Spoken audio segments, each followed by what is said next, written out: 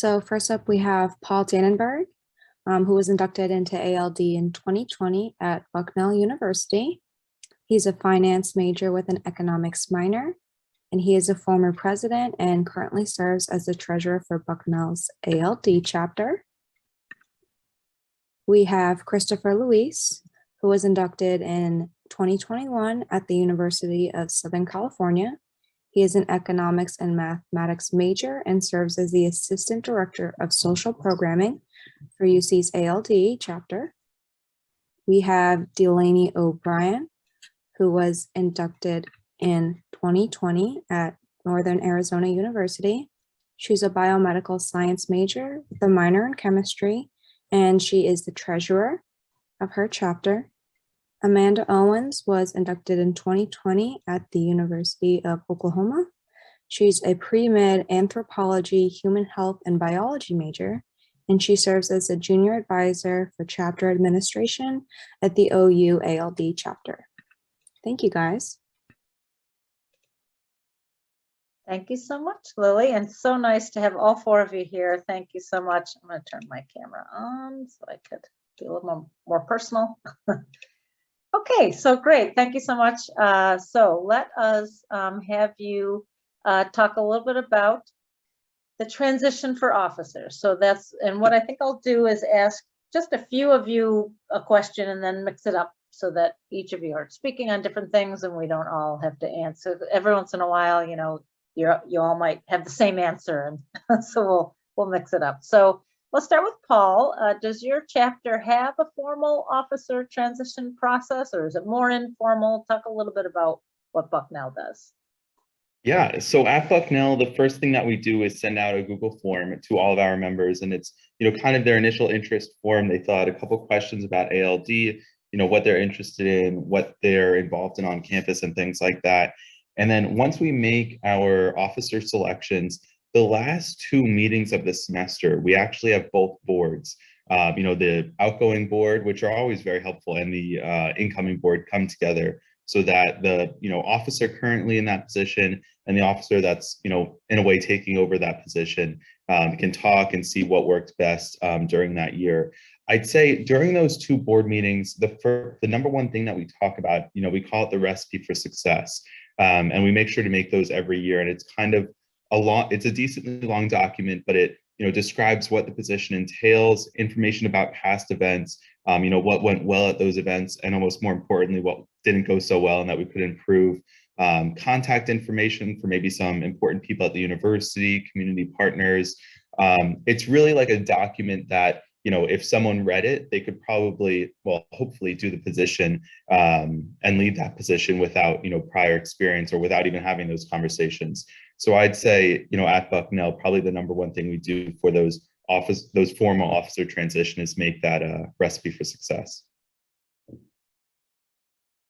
Great, and love the idea of documenting. That's so important. And, you know, there used to be binders that chapters kept. I think it's called the chapter book or something, so that you might have that on your campuses sort of from the 90s or early 2000s. There might be this huge binder, but now there's so much technology where you could have a Google Drive and Google Docs and keep adding to documents. So that's great. Is there anyone, like I said, I want to mix things up, but who else would like to answer that question? Anybody have? I could just call on you, but if there's somebody that really wanted to share something cool you do around transition planning, formal or informal, anyone want to take that? I'll just watch for you to unmute. Anybody? Do you have, yeah, well, Christopher, go ahead. So at USC, we also do something similar where we send out the board application process to all our members, inviting them to apply.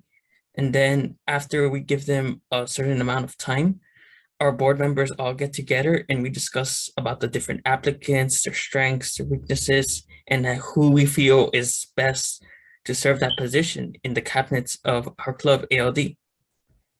Okay, great. Good. Okay.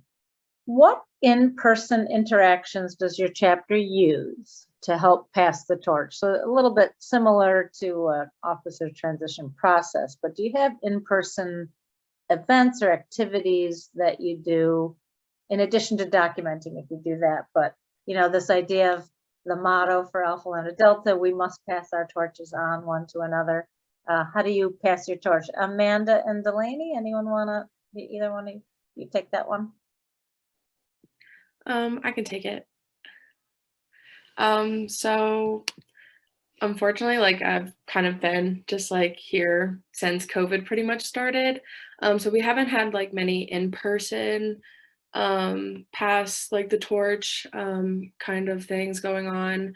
But we tried to do as much as we could like over like Zoom or like even just the officers just kind of meeting in person if we can. But we did have like previous officers come to like our beginning of the year meetings to kind of just like, you know, tell us like, you know, kind of what to do, you know, what it's like being an officer, just to kind of give that advice just as much as we could. It's still kind of hard, you know, having those seniors had graduated that were officers and also like hard doing in-person things with COVID and stuff. Yeah, there's no question all of you, everyone here on Zoom today has had such a challenging couple of years. So it's sort of not like anything you're used to. But Amanda, anything you want to add to that? Yeah, our situation at OU is very similar to Paul's. We have a transition ceremony where we join the incoming exec members with the current exec members. And one of the ways that we symbolize passing the torch is while the incoming exec members are taking their pledge, we have them stand next to the current exec officer that is in that position, and they're kind of passing the torch in that way. I mean, can I add something to that question? Absolutely. Yeah. So I think one thing I mentioned those, you know, kind of combining the two board meetings, but at the end, we also pick, it's usually on a weekend too when everyone's free, but we also have one little like social event. So they have those two board meetings together. And then at the end, kind of just to, I don't know, have fun and like have them get to know each other more casually. We usually have a social event before the summer starts. And I mean, last year we just bought Panera and everyone just had Panera. Yeah. And it was fun, just, you know, a little social thing, like kind of relax. And I don't know, I think it's nice to build that kind of social aspect as well, so it's not so formal, but sorry to butt in. Right. Oh, please. No, that's great. Yeah. And especially because, you know, not to belabor the COVID point, but you were all not doing so much anything in person. So take this opportunity now and going forward, hopefully, that we can continue that, you know, spend your chapter funds and go get Panera and make these opportunities to meet in person. And who doesn't love? Take that list of everybody's food they can't live without, and that would be a fun thing, is see what everyone's favorite food is and do a lunch gathering or something around everyone's favorite food. People love to talk about that. I do. Okay. So we've talked, I'll ask this question. We've sort of just touched on the whole written notes and stuff, but does anyone want to elaborate on what were the written notes that helped you, the minutes or transition plans that were helpful, that you've looked back on as you learned about the position? Like anything more specific you could share, something that everyone else who's listening could really, like a tangible idea, literally, physically, how they can do that and take that back to their campus. So who would like to? Paul, do you want to, you mentioned it at first, anything more specific about the tools you use? Yeah, I can go a little more in depth. So there was a document for each position, and, you know, we usually took last year's document and then that person who currently held that position would update it for the current year. So I'd say kind of like the first half of it would just describe, you know, the responsibilities of the position, you know, what your goals are, what the, you know, I guess day-to-day tasks may be. But then kind of the second half of the document, we outlined every event. And we said, and this is even helpful for the, you know, end of year reporting that you send ALD National. But we outlined every event. We said, you know, what the event was, who we contacted, how many people came, you know, what time was it? Because, you know, having that information just makes it that much easier, you know, for the next board. And I remember some of the, you know, we call them recipes for success. Some of them even had the promotional emails that we sent out, the promotional flyers, stuff like that. So I think making it as detailed as possible was helpful. And then once you create the document, something that we found even more helpful was to have another current board member read it before we sent it to the incoming board. So, you know, if we make the one for the secretary, if the academic chair can read it and, you know, kind of understand the position and understand what to do, then, you know, mission was accomplished before you sent it out to the the incoming secretary, I guess, in that example. But yeah, I would like, I know it can get long and it can get overwhelming, you know, documents like that, but the more detail you have, we found to be very helpful. Absolutely. Christopher, you mentioned something similar at USC. Do you have, what kind of tools do you use, or what kind of how do you document, and what has helped you? About the written documents, as far as I'm aware, we haven't really gotten access to any, at least for my cabinet. But what we are planning to do this year is have everyone write down written notes detailing their responsibilities, what they feel went well, and what could be improved in order for the new e-board coming up to sort of help them better prepare for the position and hopefully continue the legacy of ALD. Can I go off what Christian just said, or Christopher just said? I think one of the most important things that we do both for those written documents and for our in-person weekly meetings is, you know, we do ask what went well and how was the event, but also like, what can you improve? Because I think like usually when we first ask or whoever planned the event, you know, how did it go? They, you know, first say like, oh, it was large attendance, this worked well, but then it's like, what are the small things that maybe we can improve for next year? And I think going off what he said of documenting that is beyond vital, but yeah. Anything else you, Delaney and Amanda, want to add? I will add on to what Paul said about like having so many details and like having this mass document. What we've done at OU is create a Google Drive with different folders of each position so they can add on independently and that anyone can access throughout our board. It just helps things be a little bit more organized, however, keeping that detailed aspect. Yep. Yeah. How many have, do any of the four of you have email addresses? So like a Gmail, either for the chapter, like ALD at Bucknell, the ALD Bucknell at gmail.com, or, you know, USC.com, or, you know what I mean? Or even per position. Does anybody have a general Gmail address? Yeah, we at Bucknell, I feel bad. We have two emails at Bucknell. One where people send their points, and it's like, it's really weird. It's like aldbucknell.points, or that's, you know, their attendance for events. And that's where they send their, we make them send selfies to prove they were there. I wondered how you did that. Okay, yeah. Yeah, and it works pretty well, you know. We get a lot of pictures, and, you know, sometimes we ask, I actually almost recommend it, you know, using selfies, because then you can ask, like, can we use this on our Instagram or something? Yeah. Because you'll get hundreds of pictures. But the other thing that we do, we worked with our IT department at Bucknell, and we have an email where, I don't think this is exactly what you were getting at, but we have an email where if one of the exec board members wants to reach all of ALD, all they need to do is write ald@bucknell.edu in their email address, and that'll send to like our 500 or 600 members. Okay. Instead of having to copy in like, you know, 600 people, we found it helpful to create like one email that you can just send it to, and that's been nice. Okay. Well, I want to explore that in a second. Who else? Anybody else have any other chapter have a general Gmail Gmail? Yeah, here at NAU, we have a general email that's like run by our secretary. It basically sends out, you know, after all our meetings, it sends out basically a general information about what we talked about, stuff going on in our chapter, just in case if people couldn't make it, just kind of gives them an overview. We also have them send their points to us through that. Just kind of like Paul said, we also have them take like proof of like a picture of themselves doing either like, you know, there's community service or anything volunteer wise. But yeah, we also have like a general email.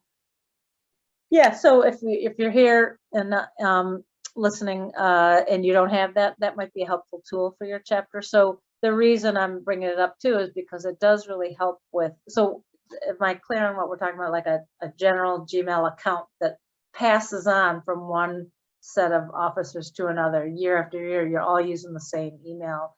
And that's really documentation right there. That really preserves history and communication. You could, you know, have attachments and things that in folders where you're keeping track, you know, this event, that event, that event in each folder. And then it just sort of, you know, obviously Google Drives and Google Docs can do that too, but for communicating with your members, it's nice to have one. And in fact, just, I'm not, you know, if you're a really big chapter, I know there's one, I don't know if anyone's here from the University of Maryland, but Maryland has a Gmail account for every position. That seems like a lot to manage. You know, but it also keeps, you know, 12 hands out of one email account and separates it out. So whatever works for you. And just to clarify what you're all talking about in case it's new to the audience is, I love this idea of the points, selfies. So we do have a lot of chapters who use point systems, and you all might too, the audience. And that really encourages engagement and gets your members, gets your general members to come to things. Food and points are what usually gets them to come to events and meetings. And so to prove, I wondered how some of you, I know Bob is here from Connecticut, and they have an elaborate, you know, tracking system, how you track all that and keep track of who came to what so that you can count their points. So the selfie idea is cool. then it's all there. Where am I? What topic does anyone else want to address the question or anything on that? Okay, let me see what my other questions are. So what, thinking back when you first took the position, your first leadership position within your chapter, what was the most helpful thing to you? If you can think back to that time, what stood out to you as the most useful, helpful thing to help you learn the position, learn what you were supposed to do in the position, set you up for success? What helped you be successful in your position? You could just think of like one thing that might be helpful to the audience. Let's hear from all four of you. I'm seeing Paul unmute first, so who goes first? All right, yeah, I'll go for it. I think one thing that was helpful is, you know, for our chapter at Bucknell, we have our officer transitions, you know, during the summer. So, you know, the outcoming board leaves, I guess, in a month, like at the end of May, and then the incoming board starts then too. And one nice thing that the president does every year is they meet one-on-one, usually on Zoom now, which is very nice, with all of the incoming members. Either, I guess you could do it during the school year if you wanted to, but especially during the summer, just to check in, because, you know, you really want to see how people are feeling in the position and how they're growing in it. And I think that might not always be shown in group sessions. So I think, you know, meeting one-on-one was very helpful, you know, to grow in that position. But yeah. Good. I'm going to call on all four of you. So you can either unmute or who wants to go next? Delaney. Yeah. So one thing that was like specifically helpful for me, like transitioning into treasurer, I not only met with the previous treasurer, but I also met with our advisor of ALD, just because they worked previously in the past, so they both kind of knew what like kind of to help me with. But we just had this Google sheet with all of our budgeting stuff. You know, they helped me run through that, kind of explained everything. So I thought that was very helpful. I know it'd probably be helpful for like almost every position to do that. Not like, kind of like Paul said, like the president had meetings with all like the officers and stuff. And I think that's great. I think that was helpful for me, even just it might not have been with our president, but just like with a previous officer that knew what to do. That was helpful for me. Good. Good. Great idea. Amanda or Christopher? One of the things we did during our transition ceremony was holding icebreakers. so we get to know our fellow members.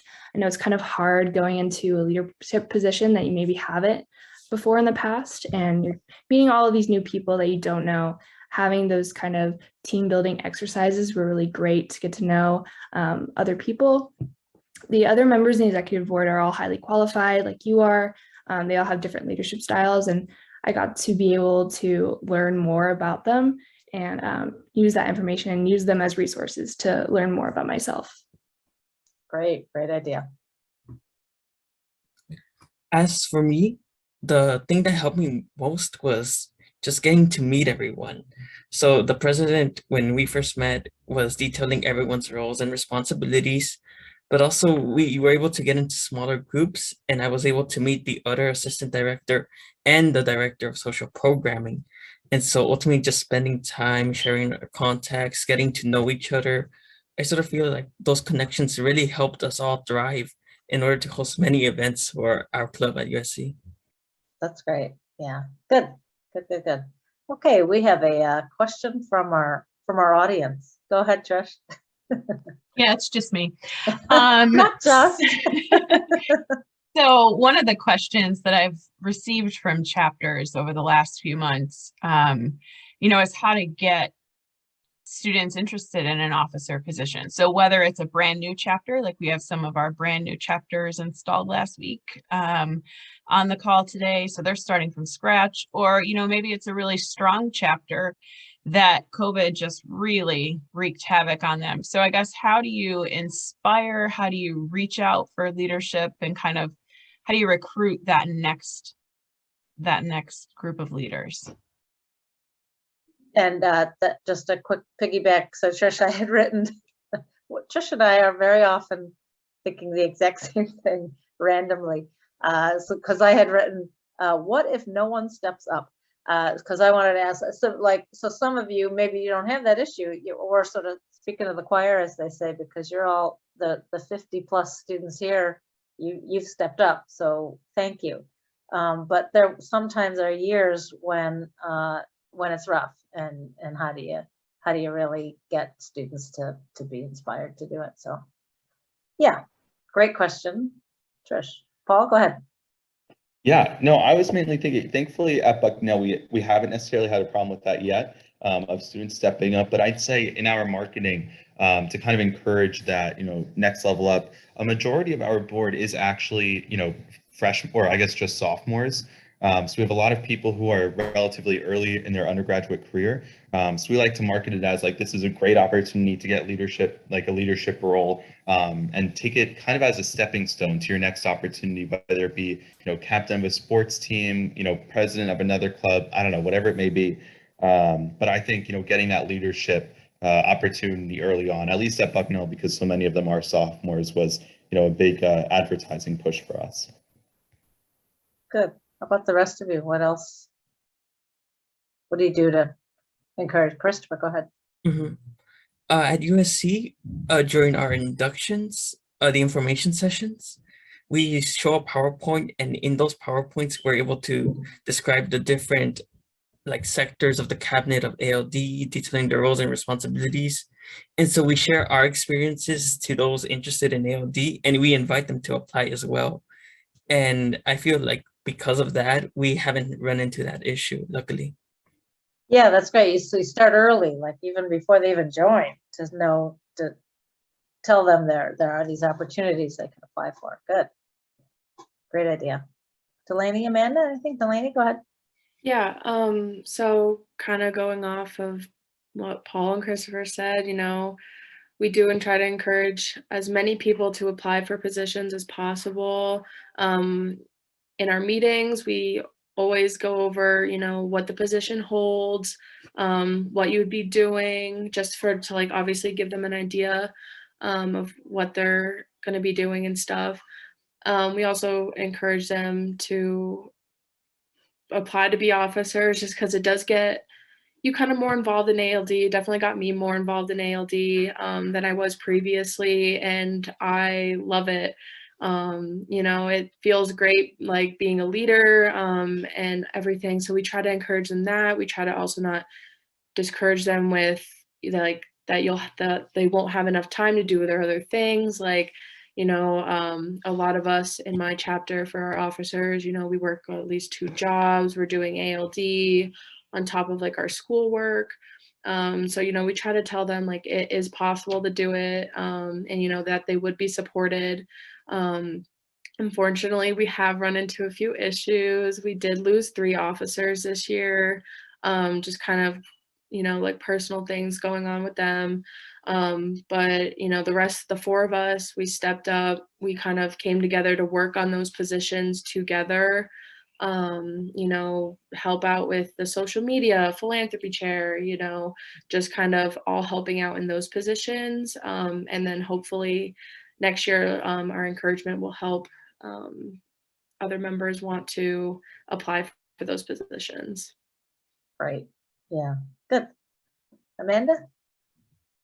One of the things that we do is table. We table a lot in different areas of campus, just to get the word out about ALD. And I know that food is a really good incentive. So often on holidays, we give out candy, or sometimes we write positive notes before finals week that we can pass out. But doing these sorts of things just make campus know that ALD is a really positive environment. And we are able to have face-to-face interactions during tabling, so people are able to know, hey, I've seen you around on campus a lot. Like, what do you guys do exactly? And once we tell them your requirements and they join, then they have a face to a name in that way, and they're more able to be inclined to apply for those leadership positions earlier on. Good. Yeah.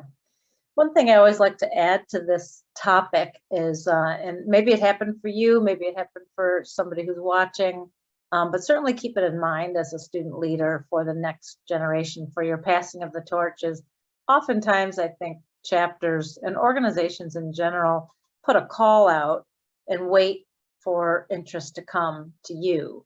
So it's, you know, a little passive, like, here the application's available, apply if you want. But in addition to what I like to call tapping, the power of the tap is tapping students, you know, like, notice people in your organization, notice your new members joining, and who's coming to all the meetings, who comes to all the events, who seems pretty engaged. And maybe that person never saw themselves as a leader and still doesn't, and they're not going to apply. Like, maybe they want to, but they think, oh, maybe I'll never get chosen. It'll never work for me.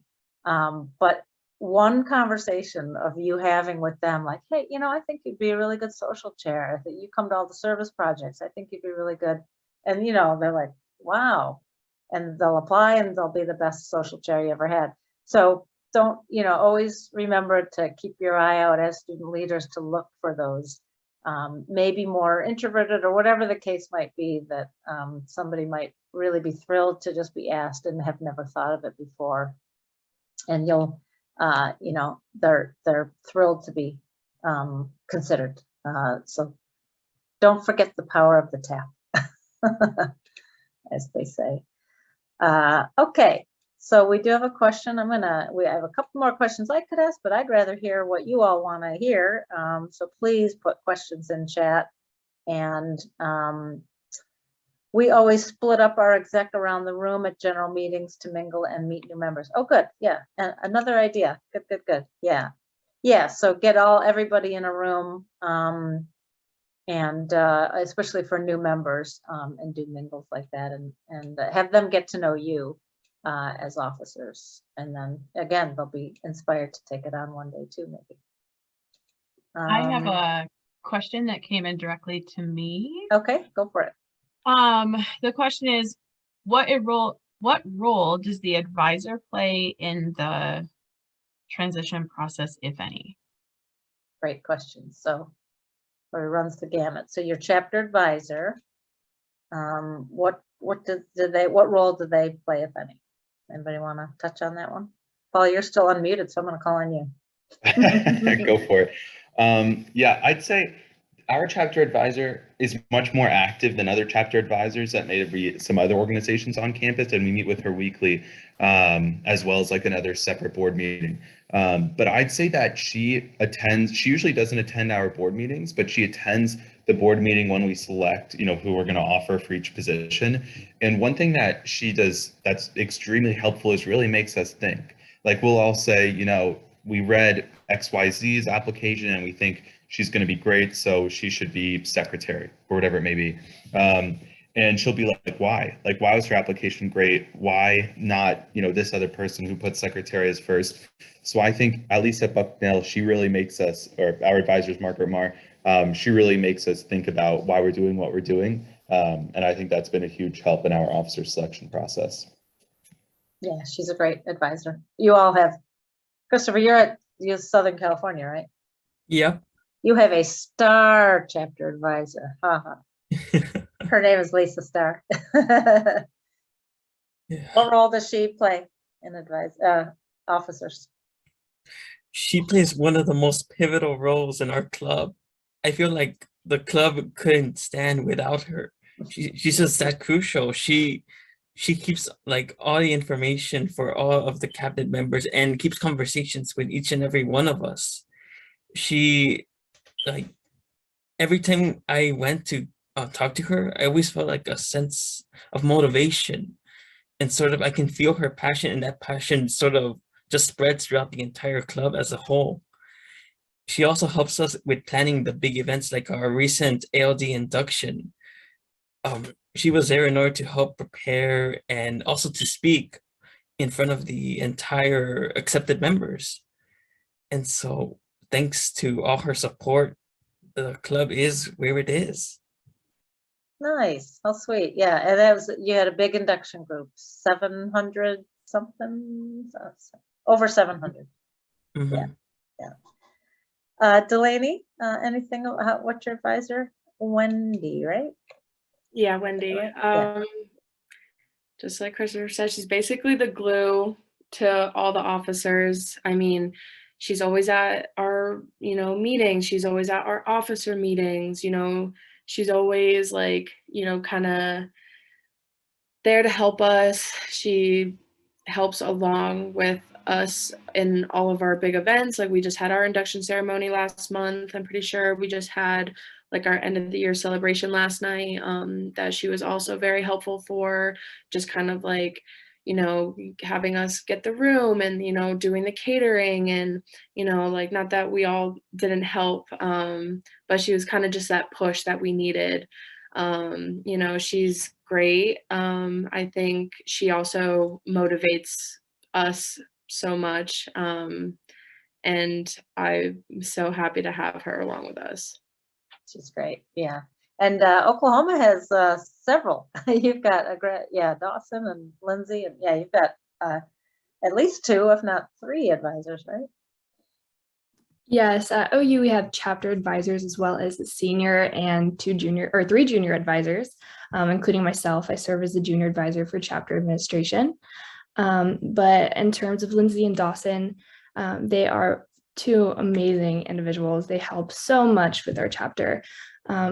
They helped organize the transition meetings. Dawson especially is the primary chapter advisor this semester, and she has attended all of our exec meetings and our general meetings, helped organize the induction. She's just a source of guidance and is always having constant communication with the general members and executive board alike. And she encourages change and always asks us questions and really values our feedback. And we just love her constant support. Right. Good. And you know what? I'm going to take this in a very different direction for just a minute, because you guys have great advisors, and I think pretty much, everybody watching has some really strong advisors for the most part. But just a quick comment on those who might be struggling a little bit, because COVID has just really wreaked havoc, not only on chapters and you all as students, but faculty and staff at our colleges and universities. So I'm really feeling for a lot of our advisors are just, people were left or furloughed or laid off, and they were given, 10 times more than they had on their plate. So some of our advisors are really feeling stretched and might not be as involved as they want to be or hope to be. And the reason I want to bring that up here is because if you're in that chapter, for anyone listening, if you have a chapter right now where you're hearing these great stories about the advisors, and maybe yours is not able to commit the time, you know that they wish they could. Let us know and let us help, because I want to help our advisors who are struggling with time and help you. So remember that form Trish mentioned, the officers landing page on our website could be a really good resource for you. Make an appointment with us. Let us help you. Let us help your advisor if that's something that's struggling right now for you. So I just want to mention that because I just know some faculty and staff are really hit hard by extra work and all of that. So we want to be here for you and help you as an officer team. Okay, so let's wrap it up and see if there are any questions that anyone else wanted to ask. How many positions, real quickly, how many positions, let's go around the room as we wrap up and see if there's any questions that come in, but how many total positions do you have? So Bucknell, how many officer positions are there? We have 12. 12. USC? The 17 departments, 2 per committee. That's around 34.